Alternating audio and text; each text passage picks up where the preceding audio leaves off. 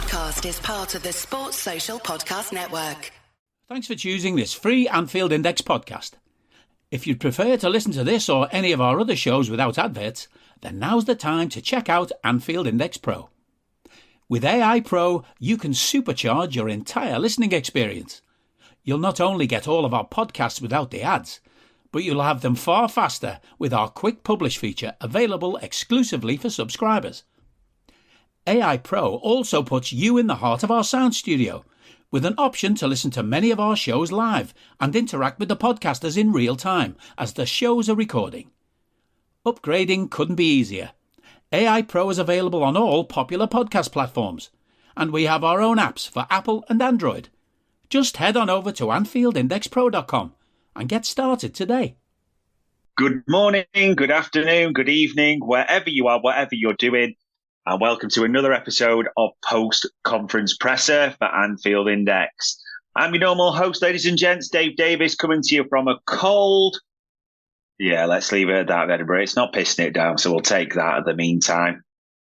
And here to run through all things, as we normally do, around Jurgen Klopp's Q&A ahead of the Nottingham Forest game, which is Saturday, 3 p.m. We don't play too many of those, do we?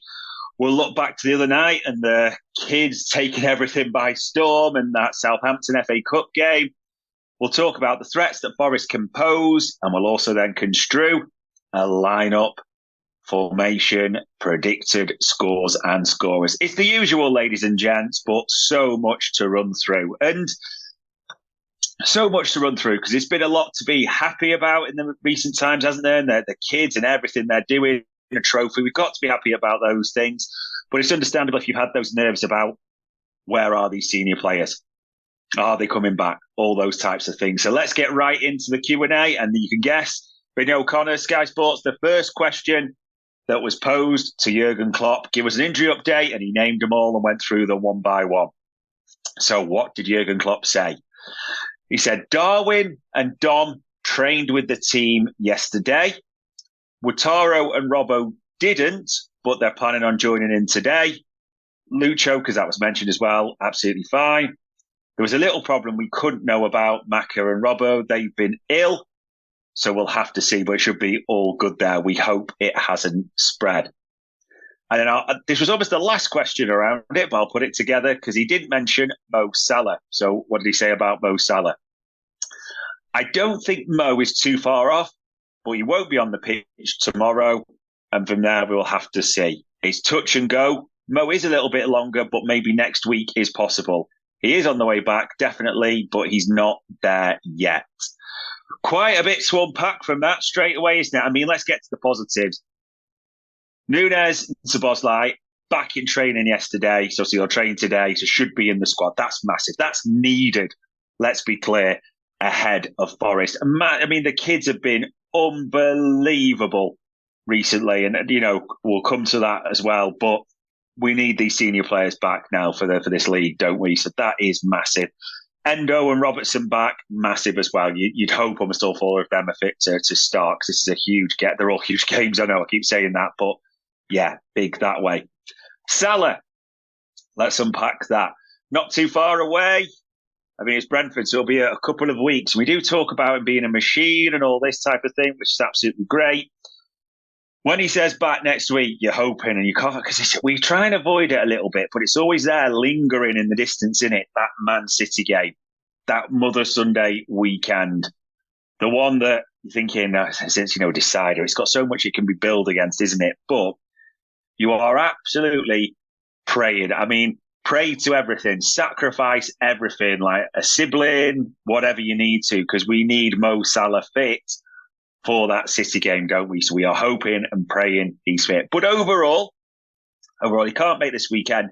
You have to see that as a positive, to have those four players who you'd hope can go straight back into the lineup is absolutely massive. So for what we can, let's take it as a positive. I know people were talking about Salah and the injury, re-injury, and it feels a bit Trent and Szoboszlai again, and I get that, but it is what it is for now, one game at a time, as Jurgen Klopp keeps saying.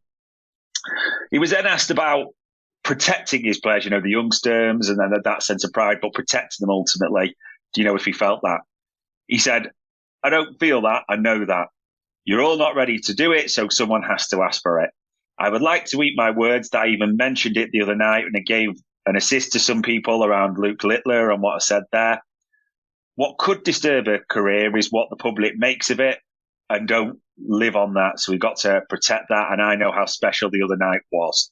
It wasn't necessary to mention those things, but it's my fault. So people might think, well done, what's he alluding to?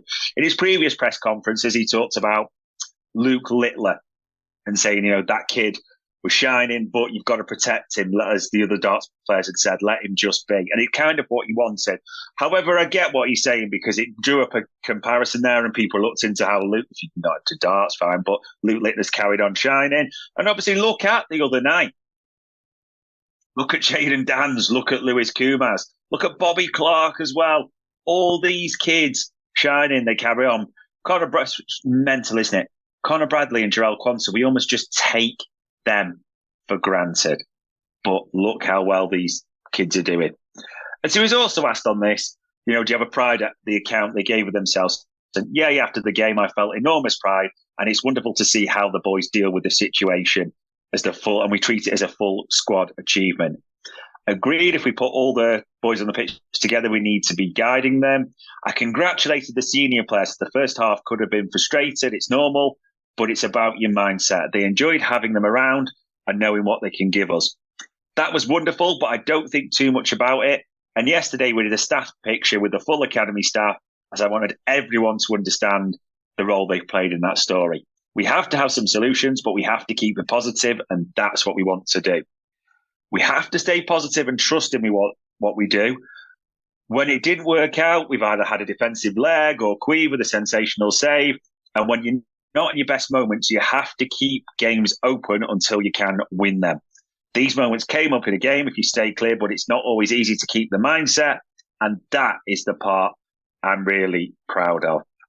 Love this. And there's some great things to unpack. Should feel enormous pride. I mean, look at how these kids, just to be clear, as you say, Conor Bradley, Jarrell Quansah, we almost just treat them as normal as the first team squad. Harvey Elliott, they interviewed him as though he was like a 500 appearance, 27-year-old veteran type when he was talking about Dan's next to him. So we almost treat those as established, but Jaden Dan's instinctive, what a finish, what a player, the frame, everything he's got.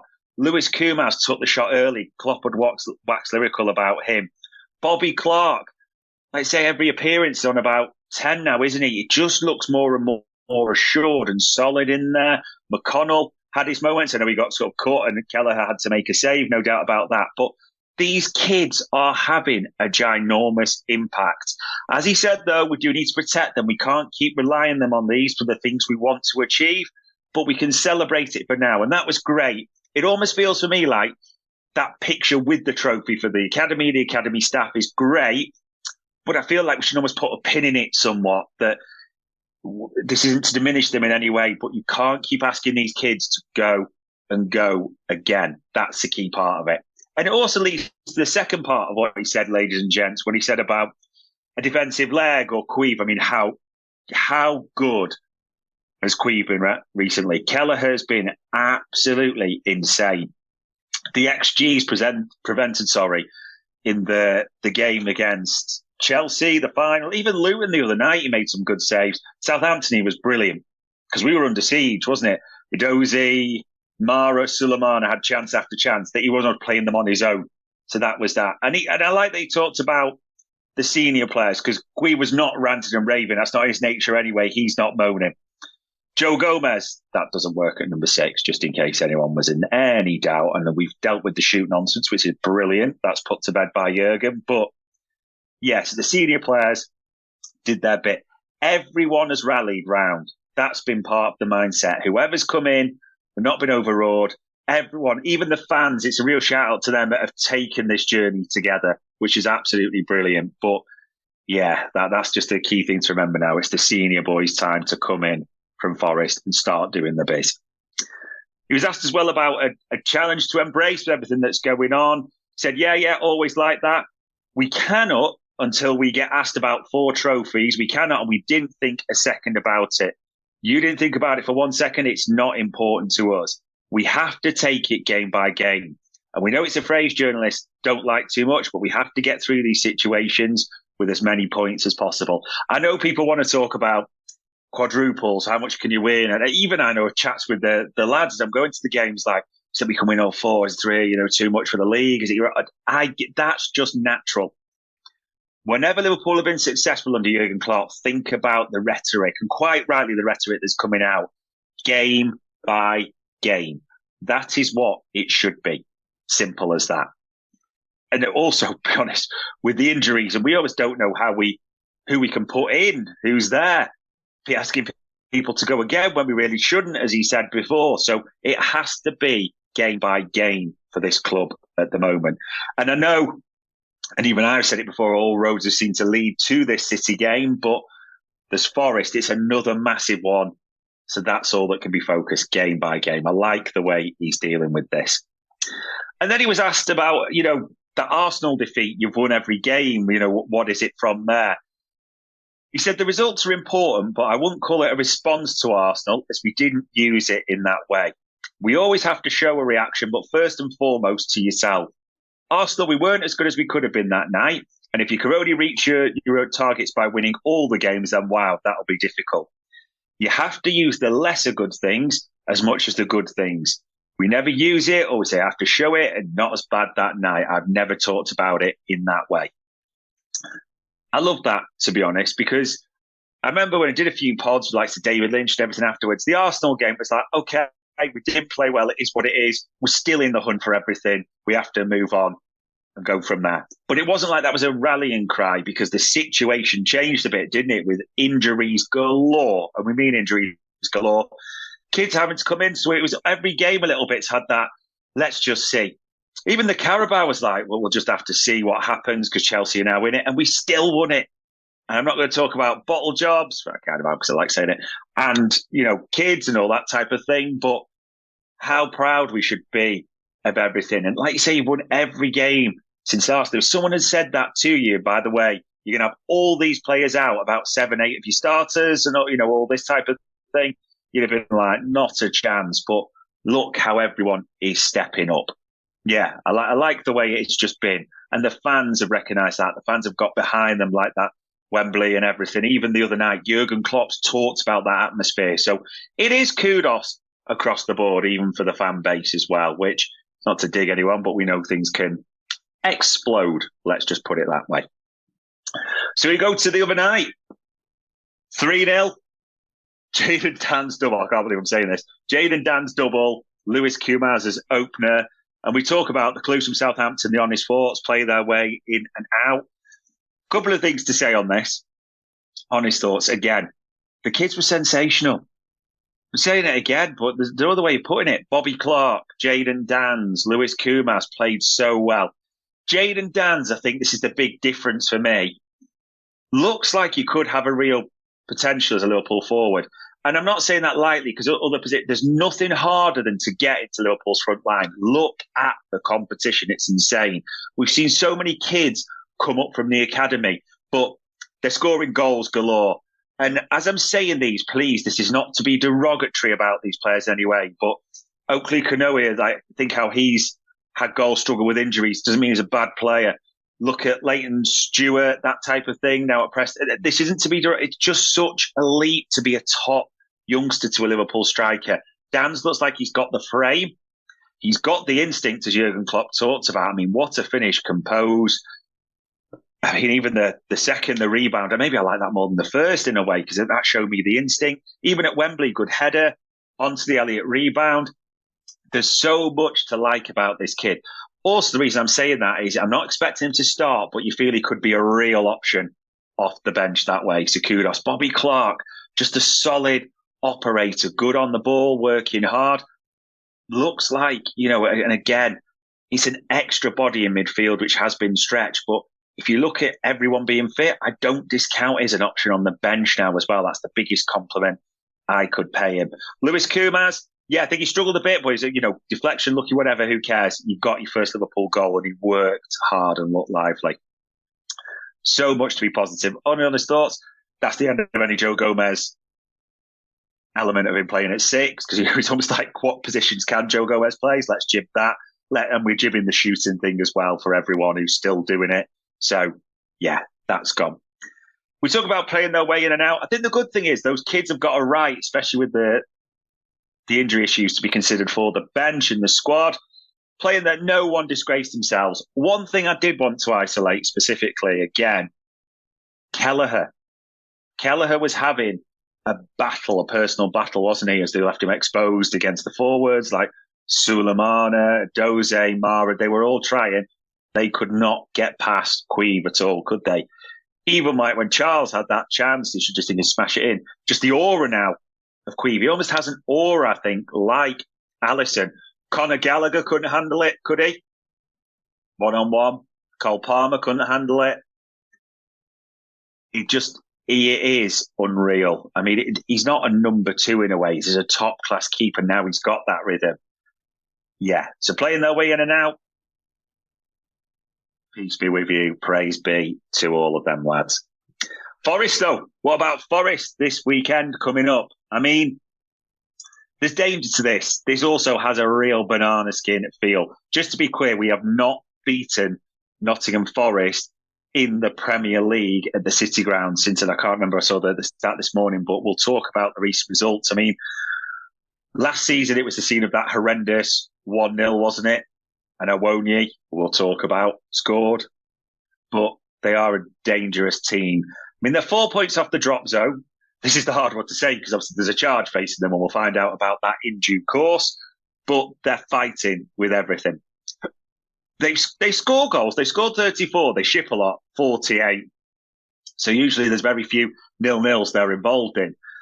Now, form-wise, they've won once in their last 5, and you could look at some of the defeats. They lost to United in the FA Cup, and we could talk about that VAR and the Endo link there as well for United's goal.